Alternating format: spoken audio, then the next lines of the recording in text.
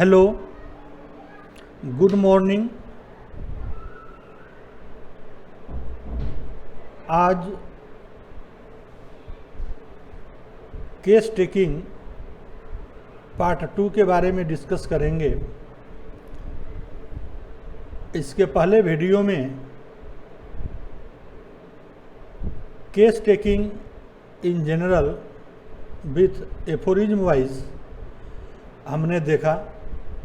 Ground plan of case taking, symptoms, location, sensation, modality, concomitant, physical general, mental general, different techniques, procedure of case taking,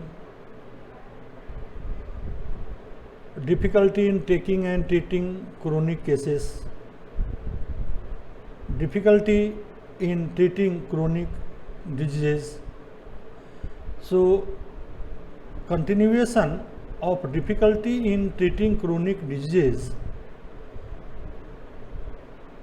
Number one is those who have taken medicine for the present ailments and those who are still taking medicine for the present ailments.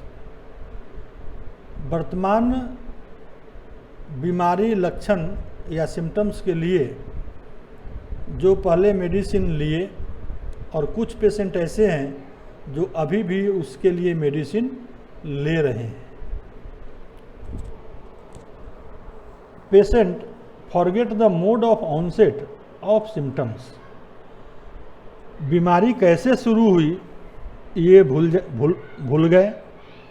Many times patient becomes so habitual to long suffering, these are called lesser accessory symptoms and are very useful in selection of remedy but very difficult to get it from patient. वर्तमान समय में patient जो दवा ले रहा है या लिया है, उस बीमारी का इतिहास, उसका ओरिजिन, वो कैसे शुरू हुआ, ये लगभग भूल जाता है।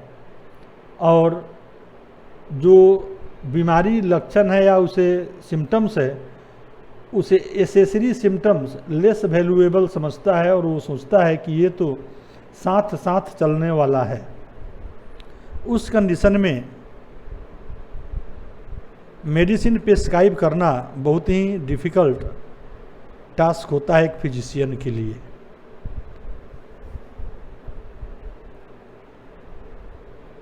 कुछ ऐसे पेशेंट हैं hypochondriac, sensitive and impatient of suffering, describe their symptoms in too vivid colours.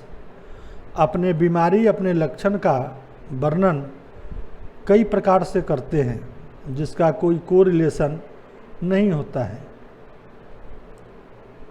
False modesty, गलत दिखावा, वो जो है वो है नहीं। स्पेशली जब हम फीमेल केसेज में देखते हैं, पेशेंट इनेमिक है लेकिन ब्यूटी पार्लर से जब आएगी तो लगता है कि हीमोग्लोबिन 12-13 ग्राम होगा, लेकिन टेस्ट कराने पर हीमोग्लोबिन 6 और 7 ग्राम आता है। तो ये उस पेशेंट के द्वारा छिपाया गया है, हिडन है। Weakness of mind, weakness of mind के कई मीनिंग हो सकते हैं और कई कारण हो सकते हैं। सोचने की सही क्षमता नहीं है, अपना लक्षण सही से व्यक्त नहीं कर सकते, एक्सप्लेन नहीं कर सकते, याद नहीं रहती है, और याद न रहना भी कई कारण होता है। किसी को कोई काम कहा जाए तो याद नहीं रहता, लेकिन अगर वो किसी को पैसे देता है वो पैसे लेना भूलता नहीं है। कुछ पेशेंट इंटेलिजेंट होते हैं जो डॉक्टर के पास आते हैं तो अपना पूरा प्रीवियस रिकॉर्ड ले कर के आते हैं एक डॉक्यूमेंट की तरह, और 1 बाय 1 सीरियल वाइज वो डॉक्टर को देते हैं और अपनी समस्या, अपनी सिम्टम्स के बारे में बताते हैं। और उन्हें मालूम है कि मैं जाऊंगा तो डॉक्टर हमें क्या पूछेंगे और हमें क्या जवाब देना है। तो ये सब डिफ़िकल्टी क्रोनिक केस के हैंडलिंग में आती है या होती है। ये निर्भर करता है बीमारी और पेशेंट कैसा है। Treatment of chronic diseases, if the cause lies in the patient, it is the duty of a physician to study the case carefully as possible and treat judiciously how to tackle such situation. Patient के पास उसके अंदर बीमारी है तो उसका कारण खोजना doctor की जिम्मेवारी है, ड्यूटी है। और उस कंडीशन में उस केस को कैसे टैकल करें, इसमें नंबर 1 स्यूडोक्रोनिक केस। स्यूडोक्रोनिक गलत, झूठ पुरानी बीमारी जो है, उसमें number 1 withdraw the maintaining cause. उसके जो मेंटेनिंग कॉज है उसे हटाना चाहिए, हटाना पड़ेगा। जैसे हैबिट ऑफ द पेशेंट, उसके खाने की आदत, सोने की आदत, स्नान करने की आदत, चलने की आदत, बैठने की आदत, ये सब जहाँ भी गलती हो, जहाँ दिक्कत है उसे चेंज करना है। वर्क इन्वायरमेंट, कार्यस्थल, वह किस जगह पर काम करता है। ऑक्यूपेशनल हेजार्ड्स, PSM में है, community medicine occupational hazard. Some diseases arises due to occupation or occupational disorders.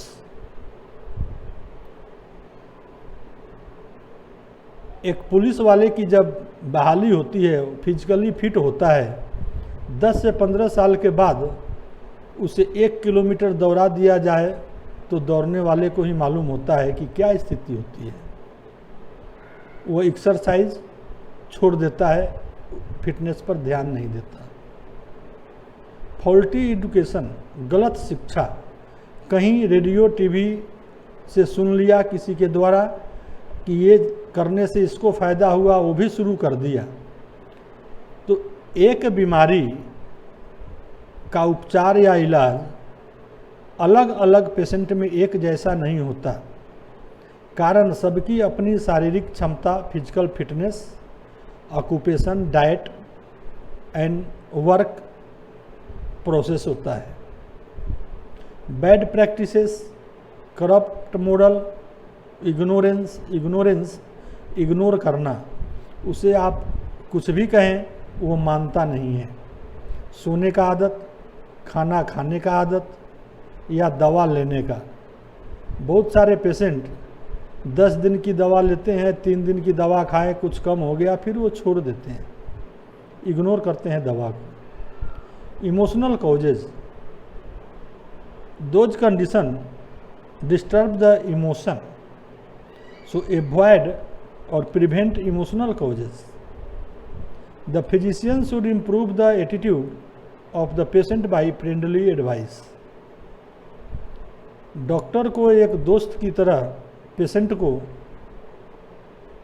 उसके स्वास्थ्य के बारे में समझाना चाहिए कि आपकी समस्या है, आप ऐसा बदलाव करें तो आप ठीक रहोगे। ऐसा नहीं कि पेशेंट की भावना हो कि मैं तो डॉक्टर को बोल रहा था, डॉक्टर मोबाइल पर लगा हुआ था, मेरा बात सुना नहीं और हमको क्या दवा दे दिया हमें मालूम नहीं। इस परिस्थिति में अगर पेशेंट को सेटिस्फैक्शन नहीं हुआ तो शायद वो ठीक भी नहीं होगा और दोबारा आएगा भी नहीं।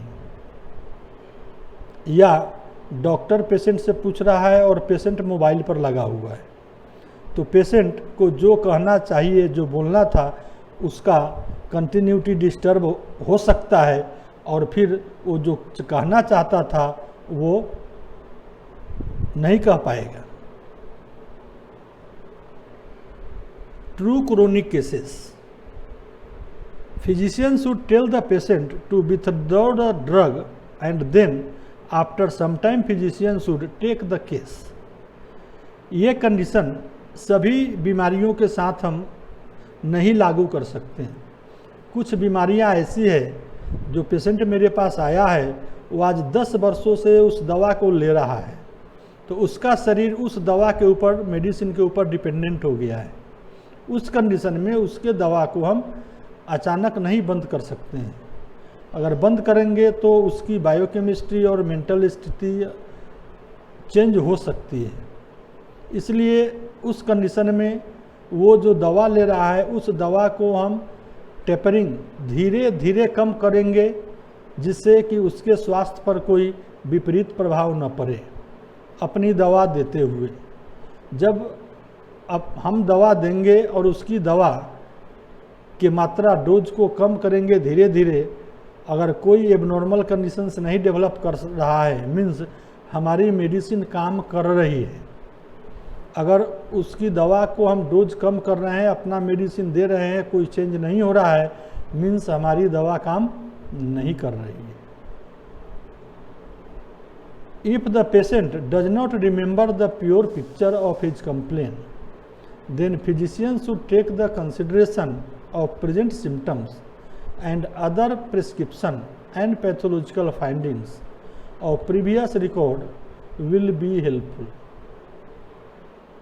अगर पेशेंट अपना पास्ट हिस्ट्री नहीं बता रहा है, नहीं दे रहा है, उस कंडीशन में उस पेशेंट के पेरेंट्स, माँ या पिताजी उसके बारे में बता सकते हैं,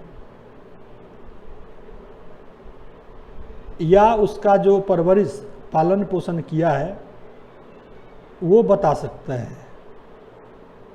एक केस एपिलेप्सी का था, उस समय उसका उम्र लगभग 26 ईयर होगा और उसके पास कोई प्रीवियस हिस्ट्री नहीं थी। उसका ये कहना था कि जब से हमें होश आया तब से ये है, तो उसके पास कोई रिकॉर्ड था नहीं। और उसकी माँ का देहांत 3 वर्ष के उम्र में ही हो गया था। इम्यूनाइजेशन कार्ड देखने के बाद मालूम हुआ कि जब वह 20 दिन का था तब उसे 102 डिग्री बुखार थे। उस समय उसे एलोपैथिक दवा दी गई थी, उसके बाद से ये शुरू हुआ। सबसे पहले उस पेशेंट को belladonna 1 mg 2 dose eight interval of 10 days for 3 times, means for 1 month दिया। उसके साथ echinacea 3 dose eight interval of 10 days। Paracetamol 3x 3 dose eight interval of 10 days for 3 repetition। Allopathic medicine used in potentized form in homeopathy is called टटोपैथी। तो उस दवा को देने के बाद लगभग 4 महीने के बाद वो नॉर्मल हो गया। उसके बाद 4 महीने के बाद उसे एपिलेप्सी का अटैक या लक्षण बाद में नहीं आया, जैसा अभी तक उससे बातचीत हमारी होती है। प्रीवियस रिकॉर्ड और प्रेस्क्रिप्शन और pathological findings, even immunization card is also helpful as source of previous symptoms और treatment. What one should do when such situation arises? अगर हमारा प्रेस्क्रिप्शन फेल कर जाता है, कोई दवा हम देते हैं वो काम नहीं करता है, तब हम क्या कर सकते हैं? हमारा प्रेस्क्रिप्शन अगर कोई रिलीफ नहीं दिया या ओनली पार्शियल रिलीफ और जितना हम चाहते हैं उतना नहीं दिया, उस कंडीशन में हम रीटेक द केस दोबारा केस टेकिंग कर सकते।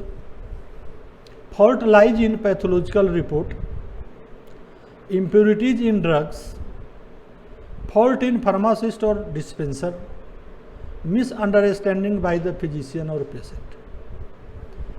इस केस में हम दोबारा केस टेकिंग कर सकते हैं। फॉल्ट इन पैथोलॉजिकल फाइंडिंग्स, कभी कभी मेल का रिपोर्ट फीमेल और फीमेल का रिपोर्ट मेल के में दे दिया जाता है, तो prescription only based on pathological findings, it may be some time cause harm. अगर किसी पेशेंट को टीबी नहीं है और उसे टीबी का रिपोर्ट पॉजिटिव दे दिया गया, तो एलोपैथी में डॉक्टर उसके आधार पर टीबी की दवा दे करके उसे छोड़ देंगे। क्या होगा, दवा खाने के बाद सर दर्द चालू हो जाएगा उस पेशेंट में। दूसरा, mode of administration of drug, external application and internal application. अगर इंटरनल को एक्सटर्नल और एक्सटर्नल को इंटरनल कर दिया गया, उस कंडीशन में भी होगा। डॉक्टर इचिनेसिया लिखा, अगर फार्मासिस्ट को पढ़ने में नहीं समझ में नहीं आया, उसने यूफ्रेसिया दे दिया। पेशेंट डॉक्टर को जो कहा वो डॉक्टर समझा नहीं, और डॉक्टर ने जो पेशेंट से पूछा वो समझा नहीं। सो फॉल्ट इन कन्वर्सेशन, इस कंडीशन में भी गलत डायग्नोसिस और सिलेक्शन हो सकता है।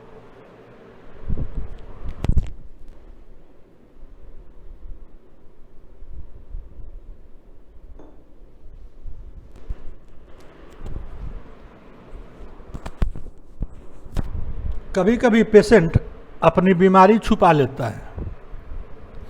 एक केस था, एक पेशेंट डाइजेस्टिव डिसऑर्डर्स के लिए मेडिसिन के लिए आया। उसे मैं मेडिसिन दिया। आफ्टर 1 वीक उस मेडिसिन से जितना हमको इम्प्रूवमेंट चाहिए वो नहीं मिला। तो मैं बोला कि इसको एक टेस्ट कराता हूँ, आप जा कर के इस लैब में ब्लड दे दीजिए, और क्या टेस्ट करना है मैं लैब वाले को बोल दूंगा। तो उस पेशेंट का अटेंडेंट कहने लगा कि सर आप हमको बोलिए, मैं टेस्ट करा के लाऊंगा। हम कि नहीं, आपको मैं कहूँगा नहीं। कारण ये था कि मुझे लग रहा था कि ही सफ़र्स फ्रॉम HIV, और बिना डायग्नोसिस किए हुए सही प्रूफ के अगर किसी को कह दिया जाए कि HIV है, अगर रिजल्ट नेगेटिव निकला तो डॉक्टर को भी भारी पड़ेगा, और पेशेंट की जो मानसिक स्थिति होगी वो सभी को मालूम है। आधे घंटे के बाद उस पेशेंट का अटेंडेंट बोला कि ये 10 साल पहले HIV पॉजिटिव डायग्नोस केस है। तो मैं पूछा कि पहले क्यों नहीं बताए? तो पहले इसलिए नहीं बताए कि होम्योपैथी में सब ठीक हो जाता है, कि ऐसी कोई बात नहीं है। उसके बाद उस पेशेंट की स्थिति जो थी वो ज़्यादा दिन सरवाइव नहीं कर पाया। तो ऐसी भी परिस्थिति कभी कभी आती है। कभी कभी फॉल्स पेशेंट, डम्मी पेशेंट भी डॉक्टर के पास आते हैं, डॉक्टर को टेस्ट करने के लिए कि इनकी जानकारी क्या है और कैसी है।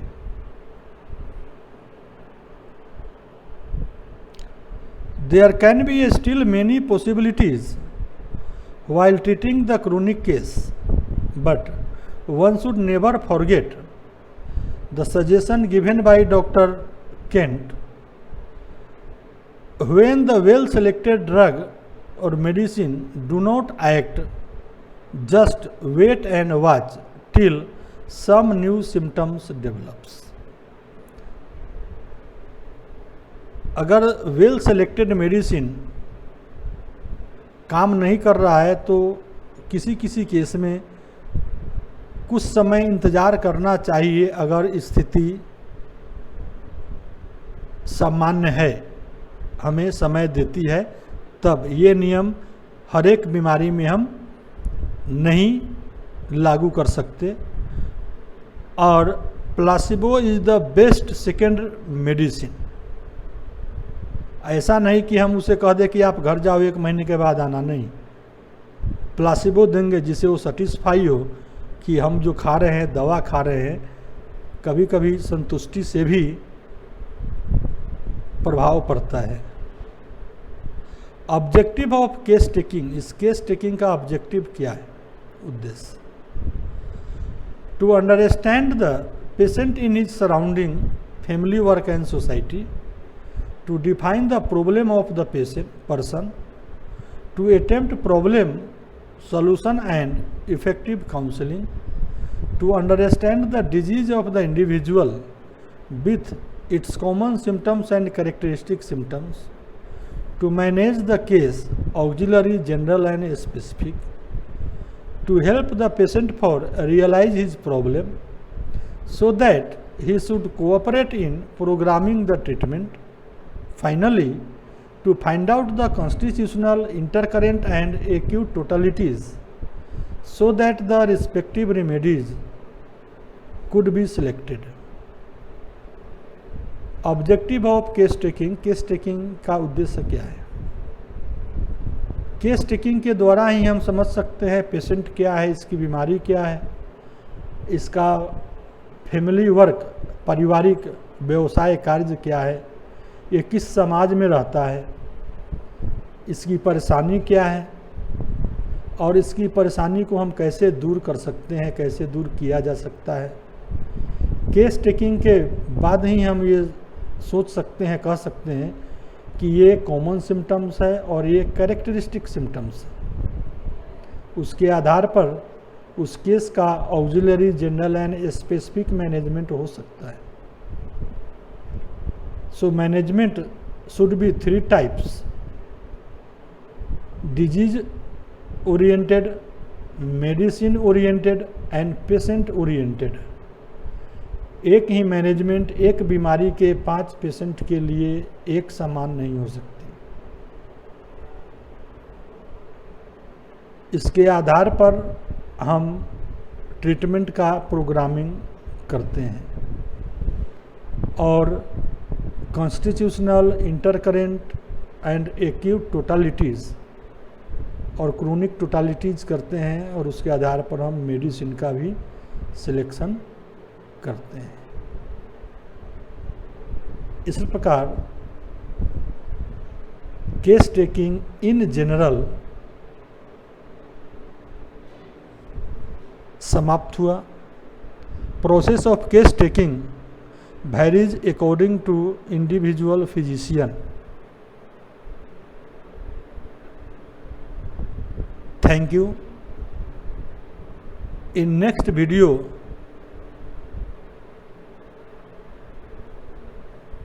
I discuss about case taking in gynae and obstetrics. Thank you.